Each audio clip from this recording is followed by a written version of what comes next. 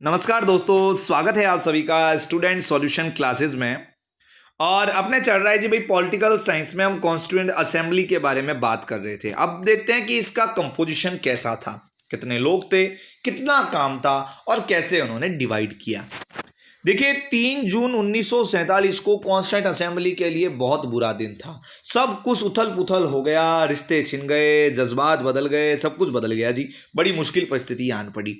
क्यों आन पड़ी? क्योंकि उस समय ये चीज फाइनल हो गई कि भैया अपने पार्टीशन होना फाइनल है। इंडिया में से एक ब्लॉक पाकिस्तान का निकलकर अलग हो गया। अब कॉन्स्टिट्यूएंट असेंबली में केवल 299 लोग ही बच गए। ठीक है। और जिस समय 26 जनवरी 1949 को लास्ट कॉन्स्टिट्यूशन बनकर रेडी हुआ था, तो उस समय कॉन्स्टिट्यूशन पर जो साइन जिन लोगों ने किए थे, हस्ताक्षर जिन लोगों ने किए थे, वो 284 लोग, 284 लोग थे। ये समय बहुत विपदा काल वाला समय था, बहुत दुखदाई समय था। अपना एक हिस्सा अलग कर देना। आप खुद सोचिए कि आपका कोई भी घर के अंदर कोई छोटा सा पार्टीशन भी अगर होता है ना, शरीर का एक हल्का सा तिनका भी अगर निकलता है, एक छोटा सा नाखून भी अगर टूट जाता है, तो कितना पूरे शरीर को दर्द होता है, पूरा शरीर त्रहिमाम करने लग जाता है। तो जब देश का एक पूरा टुकड़ा अलग होने जा रहा था, और वो भी उस बेसिस पर, सांप्रदायिक बेसिस पर, धर्म के बेसिस पर, तो पूरे देश में हालात बहुत दयनीय होने ही वाले थे। लोग आपस में लड़ रहे थे, आपस में लाठियां चला रहे थे, आपस में एक दूसरे को मार रहे थे, लोगों के घरों को जला दिया जा रहा था, हिंदू मुस्लिम, मुस्लिम हिंदू, हिंदू मुस्लिम के नारे चलाए जा रहे थे। तो बहुत दंगे फसादों के बीच में हमारा कॉन्स्टिट्यूशन लिखा गया। The constitution was thus framed against the backdrop of the horrendous violence and the partition of unleashed on the subcontinent. इस सब कॉन्टिनेंट का जिस समय पार्टीशन हुआ, तो इतने सारे वायलेंस के बीच में भी हमारे कॉन्स्टिट्यूशन मेकर्स को, हमें उन पर प्राउड होना चाहिए कि उन्होंने उस परिस्थिति को भी हैंडल किया, और साथ साथ न केवल हैंडल किया बल्कि ये समझा कि ऐसा भविष्य में कभी नहीं होना चाहिए। भारत का एक भी टुकड़ा अलग नहीं होना चाहिए। हमें भारत को सबको साथ में लेकर चलना है, सबका साथ सबका विकास। इस मुद्दे को लेकर हमारी कॉन्स्टिट्यूएंट असेंबली ने इतने बड़े भार को ग्रहण किया और हमारे संविधान को बनाया। तो बेटा, अपनी संविधान बनाने वाले बाबा साहब भीमराव अंबेडकर की जय, संविधान बनाने वाले जवाहरलाल नेहरू जी की जय, संविधान बनाने वाली पूरी असेंबली की जय। इन पर आपको गर्व होना चाहिए, न केवल संविधान पर, बाकी संविधान बनाने वालों पर भी।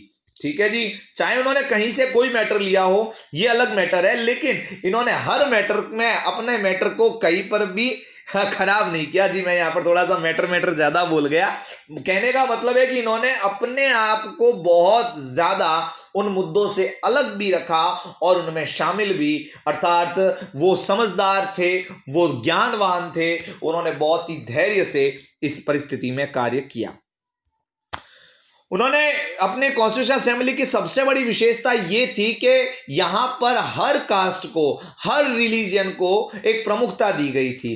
अपनी कॉन्स्टिट्यूशन असेंबली में शेड्यूल कास्ट के 28 मेंबर्स थे, आपको ध्यान रहे। और in terms of political parties में अगर देखें तो भैया उस समय सबसे बड़ी पार्टी एक ही थी, कांग्रेस। तो 82% लोग कांग्रेस से जुड़े हुए थे। बट कांग्रेस भी एक डाइवर्स पार्टी थी, यानी अलग अलग रिलीजन के लोग, अलग अलग टेस्ट के लोग, अलग अलग बातें मानने वाले लोग इसमें शामिल थे। ठीक है। और हमारा कॉन्स्टिट्यूशन बनाया गया। कॉन्स्टिट्यूशन बनाने वाले ये बात साफ साफ कह रहे थे कि भैया अपने भले अलग अलग डाइवर्स सेक्शन ऑफ सोसाइटी, अलग अलग सोसाइटी के अलग अलग क्षेत्र से हैं, कोई हिंदू होगा, कोई मुसलमान होगा, कोई सिख होगा, नारियां होगी, लेकिन it is the equally important that they are participate not only as a representatives of their own the identity of community। उन्होंने इस बात का बहुत अच्छे से ध्यान रखा कि हम चाहे अलग अलग आए हैं, लेकिन हम अलग अलग विचारधाराओं का क्या करेंगे जी, हम उनका सम्मान करेंगे। हम क्या करेंगे? उनका सम्मान करेंगे। और इस बात का भी बहुत ध्यान रखा गया कि कोई भी कम्युनिटी का आदमी, कोई भी जात पात का आदमी अपनी जाति को ऊपर उठाने का किसी भी प्रकार से प्रयास न करे। ठीक है। There were often the disagreement amongst the members, but few of the disagreement could be traced to members protecting their own interest। ये बहुत बड़ी बात थी कि लोगों के बीच में एग्रीमेंट तो थे, डिसएग्रीमेंट तो थे, लोग एक दूसरे के डिसएग्री तो जरूर थे, और ये होना भी चाहिए, वरना कॉन्स्टिट्यूशन क्या, वरना हमने डेमोक्रेसी क्या रखी। तो ये लोग डिसएग्रीमेंट थे, इनका डिसएग्रीमेंट था केवल और केवल एक्ट पर, हर आर्टिकल पर इनका डिसएग्रीमेंट एक दूसरे से जरूर था, जिस पर लंबी लंबी डिबेट होकर एंड में डिस्कस निकाले जाते थे। लेकिन कहीं पर भी कोई व्यक्ति किसी दूसरे व्यक्ति से डिसएग्री यहां पर नहीं था।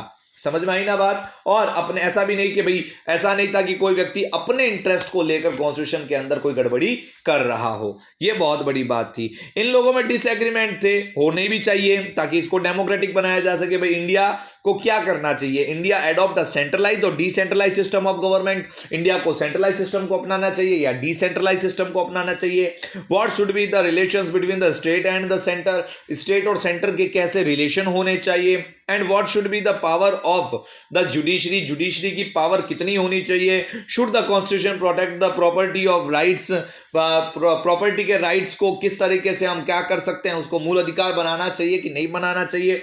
ऐसे कई सारे मुद्दों पर लंबी लंबी बहसें अपने कौन सी असेंबली में हुई थी। लेकिन आपको एक बात बताऊं, जनरल नॉलेज के लिए ध्यान रखना, ऐसा कौन सा मुद्दा था जिस पर कौन से असेंबली में कोई वाद विवाद नहीं हुआ, कोई डिबेट नहीं हुई, एक ने कहा, सबने माना और भारत माता की जय बोल दी। वो प्रोविजन था, only one provision, the constitution was passed without the virtually any debate, किसी भी प्रकार की डिबेट के बिना, the introduction of the universal suffrage, यानी कि वयस्क मताधिकार, सबको मताधिकार मिले, सबको वोट देने का अधिकार मिले, उसकी उम्र बनाई गई, उसका सेटअप बनाया गया।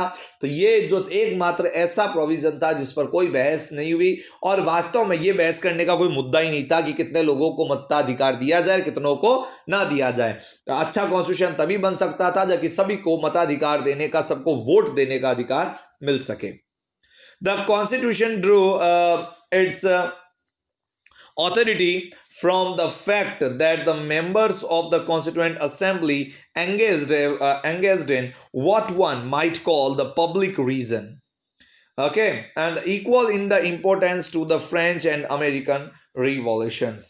कॉन्स्टिट्यूंट असेंबली ने इस बात का पूरा जिम्मा उठा रखा था कि भाई साहब क्या हो, कुछ ऐसे मुद्दों, हर मुद्दे पर बात करनी है, हर मुद्दे पर पूरी बातचीत करके हमें काम करना है। और सबसे बड़ी बात थी कि ये लोग एक साथ इसलिए भी जुड़े हुए थे क्योंकि इनके मन में एक ही चीज़ थी, इनके मन में अपने राष्ट्र को, अपने देश को ऊपर उठाने वाली बात थी। तो ये लोग, सभी लोग समाज के लिए जुड़े हुए थे, सभी लोग देश के लिए काम कर रहे थे। उनके मन में ऐसा नहीं था कि हम पर्टिकुलर किसी टाइम पीरियड कोई नौकरी कर रहे हैं या फिर इसके लिए अपने को कोई तनख्वाह मिलने वाली है, ऐसा कुछ भी नहीं था। वे सभी लोग किस लिए काम कर रहे थे, वे सभी लोग इसलिए काम कर रहे थे कि वे लोग राष्ट्र के लिए काम कर रहे थे, देश के लिए काम कर रहे थे। तो ये जो देश के लिए काम करने वाली भावना है, ये वहां सर्वोपरि देखी जा सकती है। तो सभी एक साथ मेरे साथ बोले, भारत माता की जय, भारत माता की जय, भारत माता की जय। Thank you for watching. देखते रहिए, सीखते रहिए स्टूडेंट सॉल्यूशन क्लासेस के साथ। बहुत बहुत धन्यवाद, बहुत बहुत आभार।